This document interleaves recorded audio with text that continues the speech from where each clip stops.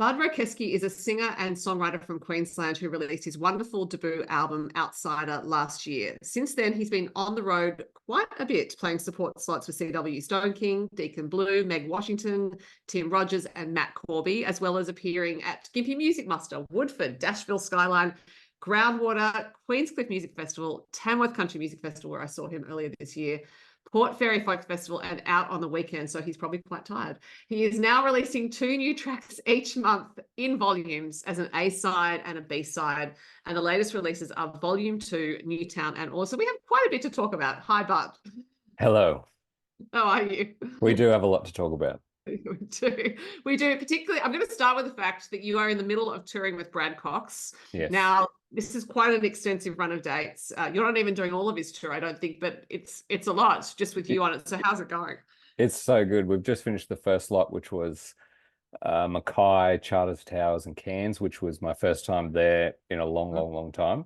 But it was really cool. And obviously Brad's a legend and we get along really well. And the driving, I love driving, obviously being a truck driver. But this time it's a lot less stress in just the car. So it's all good. Yeah. And I'm really looking forward to these next ones. And home state, Queensland. Are you going to be leaving Queensland at any stage for this tour? Yeah. That's definitely been strange because I normally play Sydney and Melbourne and those states. Actually, it's very rare that I play Queensland. So it was cool going so far away and then still seeing the Courier Mail and Forex everywhere. I was like, this is fantastic. I can't believe it. And then, you could feel safe talking about the state of origin. You weren't going to get, mugged or something. But it was so hot, I couldn't believe it. So I'll be down in New South Wales, Victoria border. We've got Broken Hill, Mildura and Swan Hill, and then some South Australia ones as well. Origin is a sore subject, Bud, because I'm in Sydney, so let's not even discuss. Lucky I'm wearing my subtly representing. I was miffed though when I saw that run of tour dates and learned that Sydney was not on them, but I'll get over it. Yeah, that's right. I think I'm going to Sydney and Melbourne for my own shows. That's in July, I think so. Oh, okay, well that was not on your website, so that's good to learn, because I actually will continue this theme of live music, because as great as you are recorded, you became one of my favorite live performers the very first time I saw you, which was supporting Matt Corby at the Enmore Theatre in Sydney. And I remember thinking, this is not necessarily your crowd. It wasn't particularly a country music crowd at all, but you had people eating out of the palm of your hand. And I looked at you playing and I thought, he just seems to love playing live. Is that the case? Yeah, definitely. I think because, Matt and I are friends, we know each other, and then all our friends are friends as well. So it didn't feel like I was stepping onto too foreign soil, I'm sure. And same with Brad's crowds as well, fans. I know he's such a cool guy, which means his fans are really cool as well. And so I am not worried about, any sort of divide between me and them. And I'm just one of them too, because I love Matt's music. I love Brad's music. So I'm just a fan as well, really. So I'm one of them, there's no separation at all. It's good. And I can certainly see with Brad's audience, you come from similar places as songwriters, I think, wanting to tell stories, wanting to really document the gamut of human experience. It's not like you're going for just one track. I suppose most artists aren't, but yeah, I can see that there's I don't want to say a heart, but there's a certain depth to both of your songwriting skills that means the audience would be complimentary. Definitely, yeah. I've noticed that with Brad's show too, and he's doing a solo show as well, and he's playing piano just stunning, and all his songs just sound so fresh and new, like different from what I've heard just listening to them in this solo setting. It's incredible, and so yeah, it's fine. There's not a huge difference between the show that I'm putting on before him and then his show as well. It's just his is longer and all of his beautiful songs. Yeah. Do you play piano? And if so, are you tempted to get on the piano that's there? Oh, I would love to, but not a very good piano player. And I don't know, it's all set up. I don't want to interfere with that sort of thing. I'm a bit of a deer in headlights anyway. I don't want to chuck that extra pressure on myself. Now, the second time I saw you play live was in a much smaller venue, which was the Midnight Special in Newtown, but your performance had just as impact. And I brought a friend who'd never heard your music before, and she was completely in love by the time she left. So it made me curious about your intentions as a live performer to be able to translate from that Enmore Theatre size venue, and I've also seen you at Tamworth, so from beer garden at the Tamworth Hotel to midnight special. So do you set out primarily to entertain or to communicate or something else? Yeah, that's pretty much exactly what this year is about, because when I wrote Outsider, it was just about storytelling and connecting. And I realized when I started playing some of these festivals that it was more for that setting, just sort of one-on-one, or that one-on-one connection. And it's a bit harder to get that connection at a bigger show, say even Blues Fest. And I noticed a big difference there. And so something clicked in my head and I said, no, I want to have a good shot at the energy side of things. Like start writing songs that will just inject energy into a crowd, because I noticed that it's a transfer, like people go there and they want to get injected with energy. And I couldn't really do that. I could give them a story and connect with them and stuff like that, but it was lacking that sort of energy. And so that's what this whole year is, in terms of transitioning, or not transitioning like I'm changing full time, but just like starting to introduce more energy-based songs that are just good fun. And yeah, I can play to those sort of bigger shows and feel a bit of the energy in the room. Right. So you've just mentioned writing songs with that intention. So I imagine this feeds into this new project, which is a 24-song project. Yes. You're going to do 2 songs a month, A side, B side. So what was the inspiration for doing it in that structure?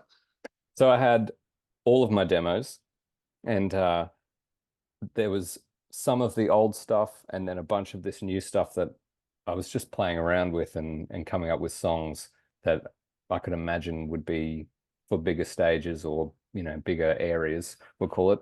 And I had them all there, and I thought, well, my goal for this year really is to, by the end of the year, get to the stage where I can play these big band shows, and not just keep doing the solo thing. I wanted to grow in that way, but I can't just go outside a second album, this crazy band electric sound. I'm not going to do a Bob Dylan on everyone, and just pull the rug out from underneath.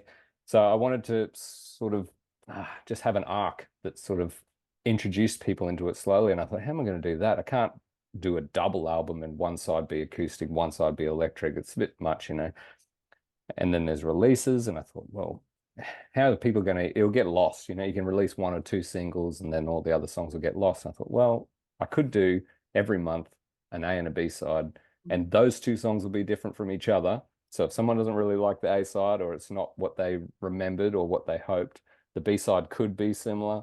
And then the next, if they don't like either song, well, next month there's 2 more coming out as well. So you've got another chance, and they'll be different from the original 2, and so forth and so forth. But slowly introducing that newer sound throughout the year as well. So I'm super excited. So have you mapped out what they're going to be each month? Yeah, I have. Wow. But it's open to change. Like I've just written a new song last week or the week before, and every time you write a new song, that's your favorite. It's just the last one you've written is always your favorite. So this one is definitely my favorite. So I've actually sprung it a bit more into the middle. So I think it'll be maybe around July, August, I guess, or something like that, and then push some of the other ones back. And then I'll take some out as they don't seem. And then if I write, because I'm always writing songs, so throughout the year there'll be new songs as well. So I might just swap them out again. So, but it's a general arc that I'm aiming for. And are you testing any of them before you decide if they're going on the A side or the B side? With all these shows you're playing, is there any market research? Sort of, yeah. I did play just a really little show on the Sunshine Coast, and just played a bunch of the more acoustic ones, like the ones that I've had in mind for earlier releases, not the later in the year ones. But some of them haven't been fully finished either. Like I'll finish off some lyrics and things as well. So it's still a bit too early for those ones. But at the same time, we're recording like 3 months in advance, I guess. So that I've got songs that will be coming out in June or maybe July recorded, just to fit into the thing. And yeah, we'll keep that leeway ahead of us the whole time. So I think as I record them, and then I can listen to them and then hear how I'll do it solo if I'm doing solo shows, or sometimes these songs will just only be for band shows, and I'll cross that bridge when I get to it. Yeah. It's interesting you mentioned the arc of it, because I have found with your songwriting that you are so adept at creating a world within a song, basically, and telling a whole story. There is that beginning, middle, and end sense. So have you always had that as a songwriter, that you want to create those arcs? I think it's more, it was starting out when I started out songwriting or recording the ideas that I had, everything was just so different from the last thing. Like no song had any sort of companion song to it, um, until it got to the point where I had, I guess, a volume of songs Mhm. that I could pick for Outsider. I could pick whatever 12 or 13 or 12 that was similar and a random 13th that was different. And so now I've got again these 24 songs, and you can see an arc. If I went from the first song of the 24 to the 24th, Yeah. you'd just think they were two completely different people, you know? So, Right. but at the same time, like I showed my brother as well on a long car trip. We drove to Tamworth for those shows, and he came along, and I was going through the demos and stuff, and he's like, "Oh yeah," he texts me, he goes, it's like a calendar, and you flip the calendar every month." And he says every time he listens to the two new songs of each calendar, he's like, "What happened to Bud between, this month and the next month that made him go into this part here?" But he said the theme of the calendar is still my voice and it's my songwriting, and he can hear all of that in all the different songs, even though the sounds are different. So, because I have to say, volume one and volume two, the songs are quite different. So I was interested when I heard volume one, and it was 6 months is the first track on that, and the Yeah. refrain is you need a 6 month vacation 2 times a year. Like, I don't really think that fits with Bud's work ethic. But anyway, what was the inspiration for it? It was just dreaming. Yeah, I'm just at work and I just think, oh, wouldn't that be nice? Not for me. Anyway, keep going. That'll never happen. We can dream. And similarly with being number five, again, a different song to 6 months, Totally. but it's that same sense. I was going, I can't believe he ever has 5 beers. He's too busy. Too busy. I can sneak them in every now and then. I can professionally, not while driving. Yeah, I do perform as well. There's some riders involved and whatnot, but no, they are very different. And again, it was more just I'm also kind of just putting everything out there. I'm not self-editing or censoring or anything like that. If I think a song is good, I'm not thinking, is it a Bud song or not? I'm just like, I'm going to put it out there. I think that's the thing with streaming. We're not going to Sanity and paying $15 for a single, like we used to back in the day. And then you get it home and you go, what the hell is this? If you don't like it, you can just skip it. It's the same with scrolling. You yeah. just skip it and move on. So I'll release everything. And if you don't like it, just wait a couple of weeks and you'll get two more new ones. Not a bad way to look at the project. And speaking of people who maybe they didn't like volume one, volume two is quite different. So the A side, first track is Newtown. What is the story behind that? Oh yeah, that one was again one that came later and I snuck it in early. It yeah, just from life circumstances that happened, but it's basically about just letting go, which I guess is a part of this whole project for the year. Just putting it out there and letting it go. But yeah, you do have to just let go of some things, whether it be a place or a relationship or a person or something like that. And sorry, my kids are going crazy in the background. They're I cracking can't hear up. them at all. Okay, that's right. I wasn't sure if I should be stopping them, but they're cackling away. I don't know what about. Anyway, it lights my heart up. Yeah, and I've forgotten what we were talking about. Oh, we're talking about letting go of things. Oh, okay, yeah, in Newtown. Yeah, and actually Newtown and Oars, the B-side, Mhm. they're pretty much related to the similar type thing. Yeah, it's about relationships and people, but in general, just letting go. It could be even about letting go of a place. Mhm. Some of the imagery in that song, but I'm so proud of it. I love how they've both turned out, and doing these songs with Craig Ross up the sunny coast, who's a mate, and just I'll do my 12, 13 hour shift driving, jump in the car and drive up the sunny coast an hour and then record these songs, and then he makes dinner and I'm checking the clock 8:30. I better start driving back, and then drive back, go to sleep, wake up the next day, keep working, just trying to fit it all in. Yeah, right. So to record on that kind of schedule, I guess you're arriving at the studio with a sense of how you're going to sing, or perhaps you're practicing in the car as you drive there. Yeah, well, I also have, this setup at home where I can demo pretty Mhm. extensively, and then we can use some of those things in the songs as well. So be it synth lines or something, or even the acoustic guitars, and then we'll just sort of borrow some of those and lay them in there and then keep them in the back or bring them forward. And then, yeah, we just sort of chip away at it, I guess. And yeah, we get a lot done really quickly. Craig and I work really well together.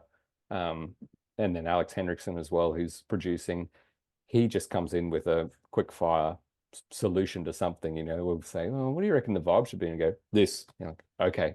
And you just do it, and yeah, it's we're working really well. And I think it will help for getting all of these songs out for the rest of the year as well.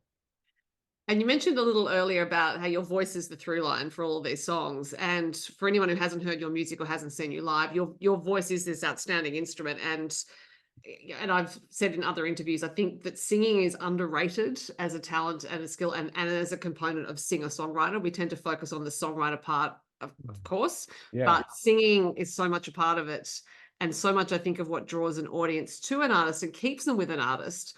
So yes, that whole thing for you of recording all these different songs, yet your voice being the through line, I think is it. Because for me, hearing you recorded, your voice is so captivating. So to protect it as you're doing this hectic schedule, I guess is quite a thing.